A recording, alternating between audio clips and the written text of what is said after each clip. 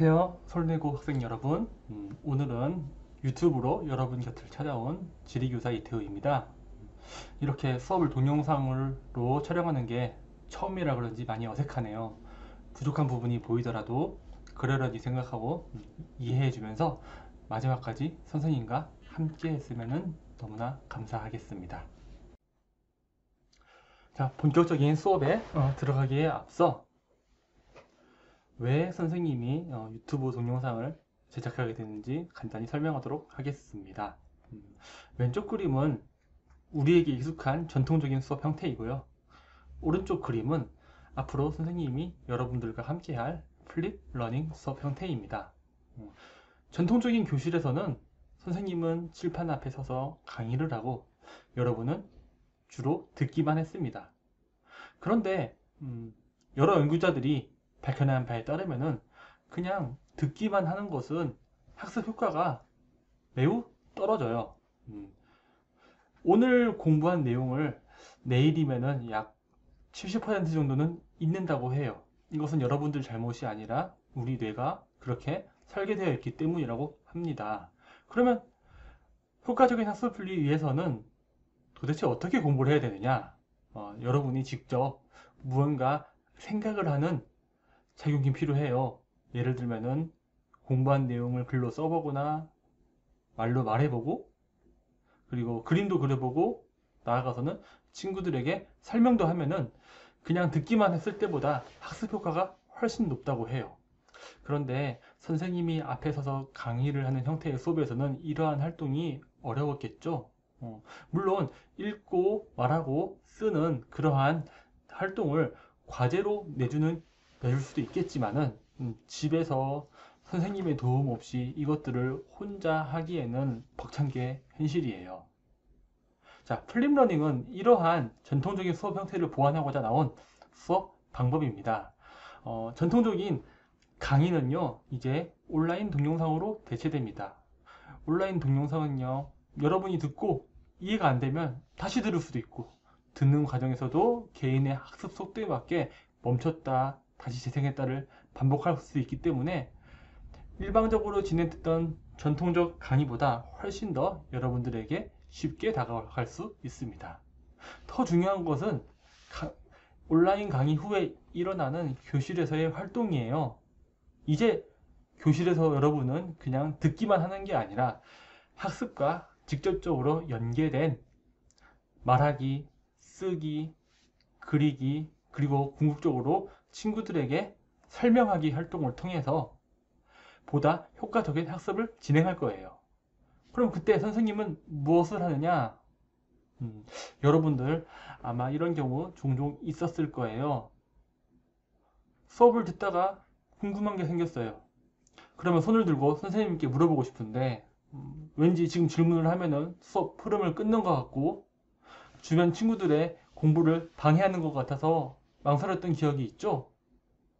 자, 플립러닝 형태에서는요, 그럴 필요가 전혀 없습니다. 네. 선생님의 도움이 필요할 때는 언제든지 손을 들고 선생님을 불러주세요.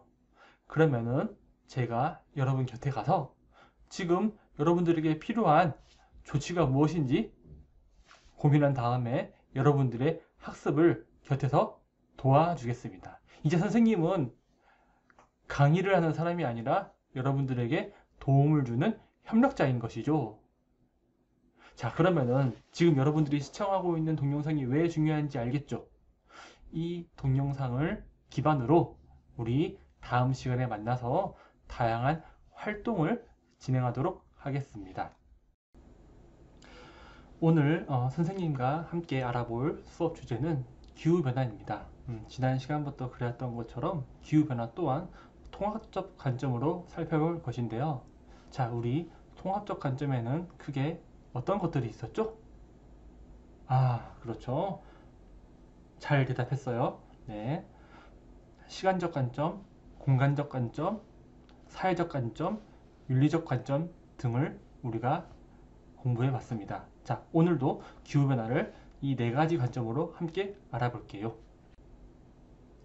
자, 그럼 먼저 시간적 관점에서 기후변화의 원인을 살펴보도록 하겠습니다.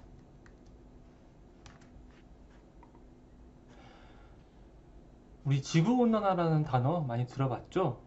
자, 지구온난화만 생각하면은 지구의 기온이 인간의 개입으로 계속 높아져 가고만 있는 것 같아요. 자, 그런데 조금 더 긴 시간으로 지구의 기온 변화를 살펴보면요.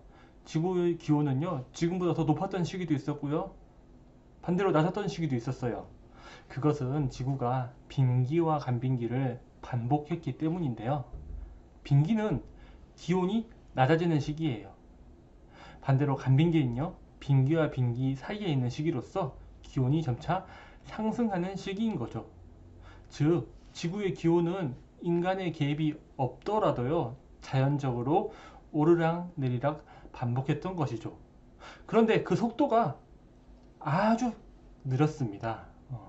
이 그래프는 아주 긴 시간을 압축적으로 보여주기 때문에 기울기가 가파라서 기온이 급작스럽게 변한 것 같지만 실제로는 지구의 기온 변화가 아주 느리게 나타났다고 해요. 그런데 그 기온 변화의 속도에 영향을 미친 게 바로 우리 인간의 활동이었죠. 산업혁명 이후 인간은 화석연료를 에너지원으로 사용하기 시작했습니다. 이 화석연료를 사용하면은 이산화탄소와 같은 온실가스가 대기로 배출됩니다. 이 온실가스는 지구의 기온을 상승시키는 주범이에요. 자, 실제로 우리 지구 평균 기온 변화 그래프를 살펴보면요. 1900년대, 1920년대까지 완만하던 기온 변화가요. 40년대를 지나면서부터 급속도로 증가하고 있습니다. 그런데 이산화탄소 평균 농도 변화도 우리가 한번 추적을 해보니 지구 평균 기온과 변화와 어느 정도 궤를 같이 하고 있죠. 이 두 가지가 상관관계가 높은 거예요. 즉, 기후변화를 시간적 관점에서 살펴보면요. 바로 산업혁명이 중요한 영향을 미쳤다. 산업혁명 이후 우리 인류의 화석연료 사용이 증가하면서 대기에 많은 온실가스를 내뿜게 되었고 자연적인 기온 상승 속도보다 훨씬 더 빠르게 기온 상승이 일어나게 영향을 미쳤다고 볼 수 있습니다. 자, 다음으로는 공간적 관점에서 기후 변화에 따른 지역별 영향을 알아보도록 하겠습니다. 자, 기후 변화에 따른 주요 지역의 변화는요. 요약하자면 남극과 북극, 고산지대에 있는 비가는 점차 녹아서 줄어들고 있고요.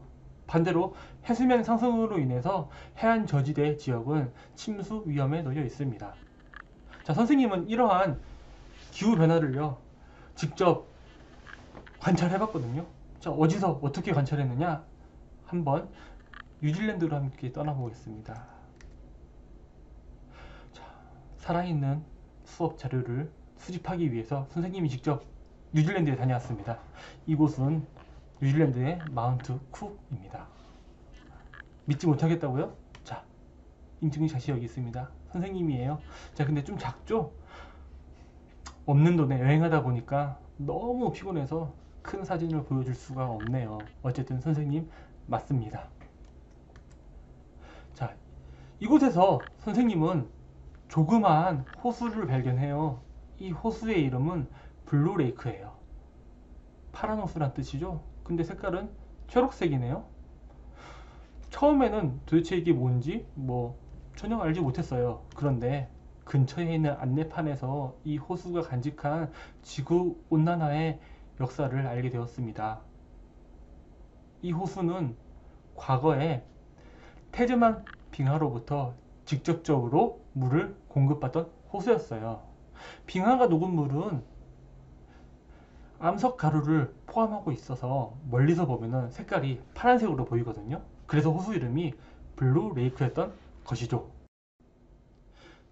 그랬던 호수가 지금은 지구온난화로 빙하가 녹아서 저 멀리 후퇴해 버렸기 때문에 빙하로부터 물을 공급받지 못하고 하늘에서 내리는 비로만 채워지고 있습니다.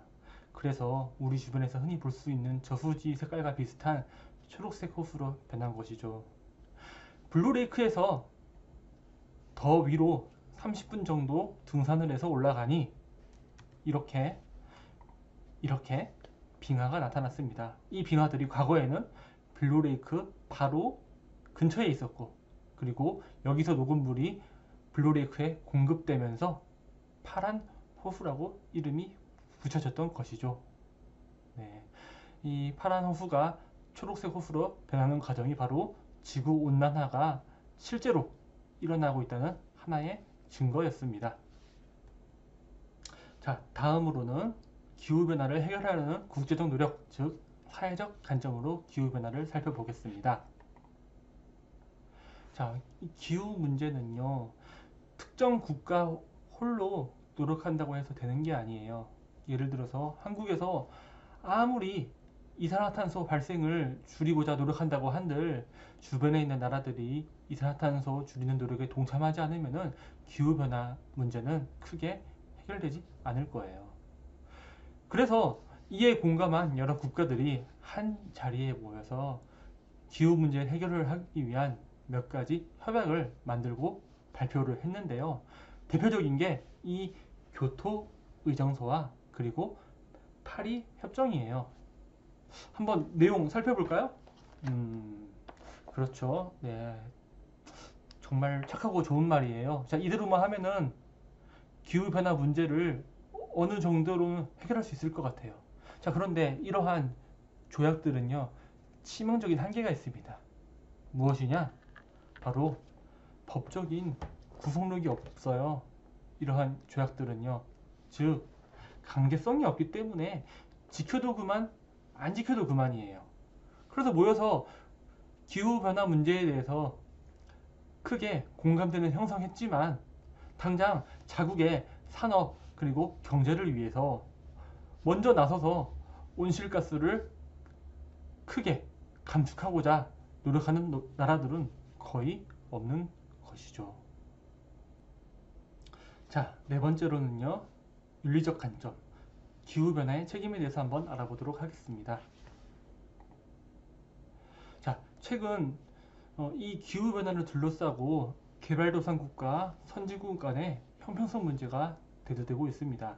앞서 이야기했듯이 기후변화는 몇 개 소수의 나라가 노력한다고 돼서 해결할 수 있는 문제가 아니에요. 전 지구적인 차원의 변화가 필요합니다. 자, 이 선진국을 한번 생각해 봅시다. 선진국이 과연 어떠한 과정을 거쳐서 지금 이렇게 잘 살게 되었을까요? 산업혁명은 어느 나라에서부터 시작되었을까요? 많은 경우에 산업혁명은 지금 선진국이라 불리는 여러 나라들에서 활발히 진행되었습니다. 즉, 과거에 이들 나라에서는 수많은 온실가스를 내뿜었고 그 결과 지금 우리가 기후변화의 문제에 직면했다고 볼 수 있는데요. 이제는 선진국들이 이러한 온실가스를 배출하는 산업을 주력 산업으로 삼지 않아요. 그럼 이 산업들은 다 어디로 갔느냐? 개발도상국이라 불리는 나라들이 해당 산업을 이제 수행하고 있습니다. 자, 개발도상국 입장에서는 이제 우리도 조금 잘 살아보려고 산업을 발전시키고 있는데 선진국에서 야, 너네들 왜 지구에 악영향을 자꾸 미치는 거야? 조금 적당히 하면 안 될까? 하고 태클을 거는 것이죠. 개발도상국 입장에서는요, 선진국이 이렇게 볼 수 있겠죠. 자기들이 지금까지 배출한 온실가스는 전혀 생각지도 않은 채 이제 우리가 조금 잘 살아보려고 노력하고 있는데 그것에 대해서 자꾸 딴지를 걸고 있다고요. 그러니 형평성의 문제가 대두될 수밖에 없습니다. 안타까운 것은 국제사회에서 선진국들의 발언권이 더 세죠. 그래서 이 개발도상국과 선진국 간의 문제는 쉽게 해결될 것 같지 않습니다. 개발도상국도 나름 입장이 있는 것 같아요. 여러분들 생각은 어때요? 함께 토의해볼 만한 주제이지 않을까요?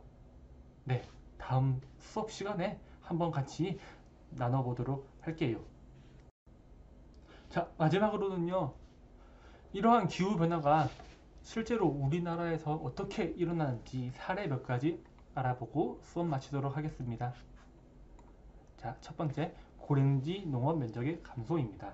자, 고랭지 농업이란 해발 고도가 높은 지역에서 선선한 기후를 활용해서 그러한 기후에 적합한 작물을 재배하는 농업 방식이에요. 대표적인 작물은 여기 사진에 나와 있는 배추예요. 배추. 자, 기온이 높아지면은 이렇게 선선한 기후가 나타나는 고랭지 면적이 줄어들겠죠? 그러면서 농업에도 분명 변화가 찾아올 거예요. 이 고랭지 농업 면적의 감소는요, 우리가 살고 있는 전라북도와도 관련이 있습니다.